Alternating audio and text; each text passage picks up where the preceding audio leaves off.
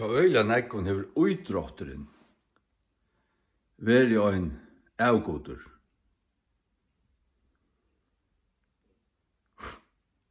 Det byrja av ungun åren at veri uidrotti og uidrotti, det eter seg inn, det opptekur alla tunna tøy til at du lever fyrir, og hva det? Det er dyrka kroppen,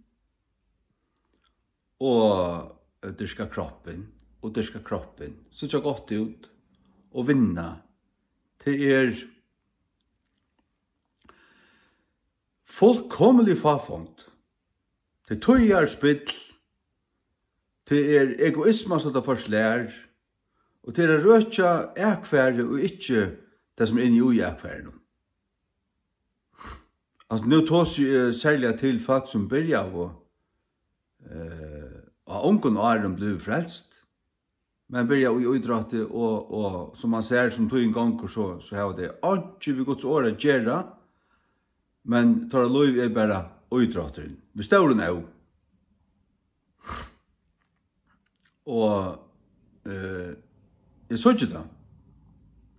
Alle sånne uidrotteren, hvordan står han og bliven, nere i bildene og alt det her. Altså bøttene her og foreldrene, hvordan de snakker, hvordan opptidsen bøttene er til hvert vikskifte. Og til leier det, og sånne det her, og dutt, alle dagen. Det er fullkomlig fafongt. Så kan man si, ja, man er ikke friere enn okkur anna, jo, det det sjåvande. Men det er ikke det er skapt til, det ikke ekvære. Det er skapt til at komme kjenne Jesus, og kjenne God, og fylke honom, og være hans etterfylkjere, hans lærersvunner. Og det det ikke vi har blitt badnadøpt og kommet mer i, og sitte under prætikane som mener svarta loi.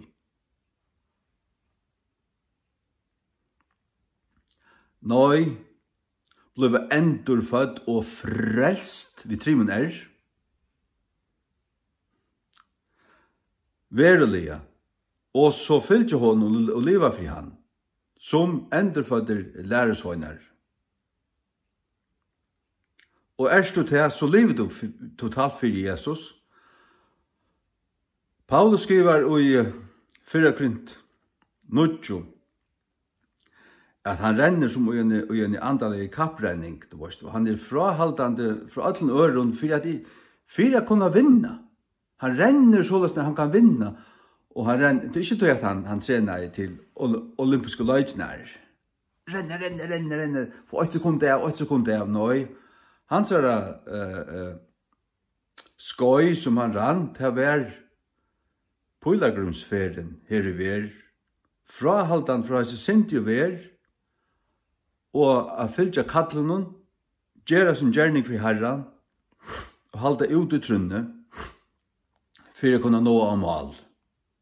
Hvordan vi tikkum som har gjort uidrotten til tikkara avgod? Hver det til det?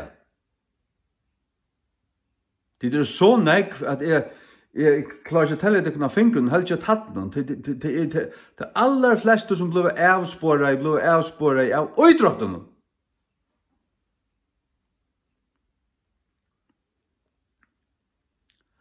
Så sier jeg akkurat som at uidrotten noe som Satan brukar. Jeg lokker folk og avspårer folk og gjør det så opptidgen og i øynene som ikke Så sier du, ja, men det ikke godt å være frusk? Jo, det godt å være frusk og alt det her, men du mer enn en maskina. En frusk, velfungerende maskina. Veltrimmaver. At det skrampel.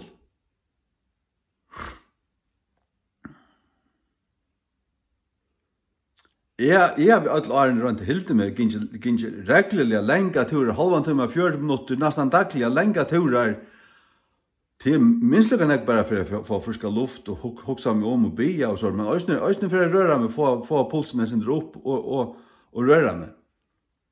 Det er faktisk det skal uidrott som tykker alla munna tog. Det er vi sint. Så har jeg ikke haft tog til noe annet. Det som vi skal leva for det? Fer man på alvorlig uidrott og halt alvorlig, og låteker aktivt i kappingen så har vi ikke tog til noe annet. Og så er den avgoder. Hva er det du skapte til? Hva er det du frelster til? Er det skal utdratt? Du blir frelster til ja, for synden er fyrtjene, så jeg fer til himmel, ta i dodgen, og jeg er øysen til.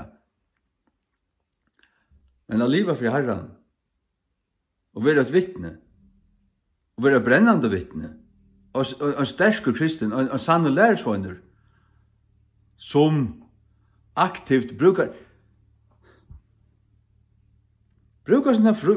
sina frøytøy alla så vidt som I behøver gjøre til at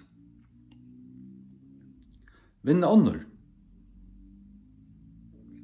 Jeg har en rikve av Johannes evangelium og Romarebrøven vi en frelse appelle attast og frelse bøn og torsdag, så vil det frelster. Sista sommar, Jack, tog heila bygder her, og sista hest var en tur så det sant i Østene. Vi gjør onker her, som løy av et hus her, jeg kunne ivnatt og en natt. Så tjekke atlan dagen, leier dagen, og bytte ut til hvert hus som vi kunne. Og jeg vet man ikke bedre å gjøre.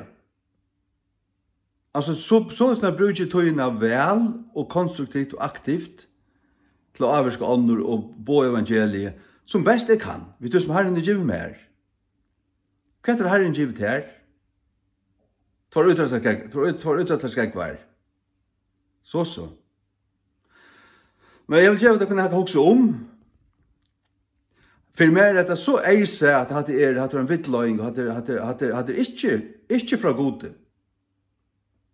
At det var misbrukt av Satan, og at han avgoder så det baskar etter ui. Hever du fri ved god? Ja, så hever du fri ved god. Så er det årsak av tøy at du tappst ved Jesus og hever helt trunna livande. Men det kommer så kjøtt være til at du er simpelthen sånn av og slakna av. Av kvarjon. Av tøy at du fikk faktisk egne borste fra Jesus. Og byrja I bare at dyrka til sjálvan. At avgoder tøy at du dyrka til sjálvan, du søker æro. Du søker, ja, men hva søker du? Du søker å vinne. Hvor? Så du er best. Så du kan stande her og få en gullmedalje og et eller annet. Ok, så var du vinneren og tog til idrotten til året. Hvor legger du ut til om 5 år? Eller hvor legger du ut til 2 år 17? Hvis du gjevst og fullstendig stegger opp, stagnerer, så er du ikke. For til om 2 vans for 2 år siden, til legger ikke noe i. Og I alle for det skje, det er mer flikkvanlig av folk. Hvor vinner håndball, fotball, bla bla bla bla bla. Hvor en trygg hvor livet lærersvøyner. Tell ikke jeg. Kom til oss ni her til kom. Over til oss. Takk sammen. Tjup tjup.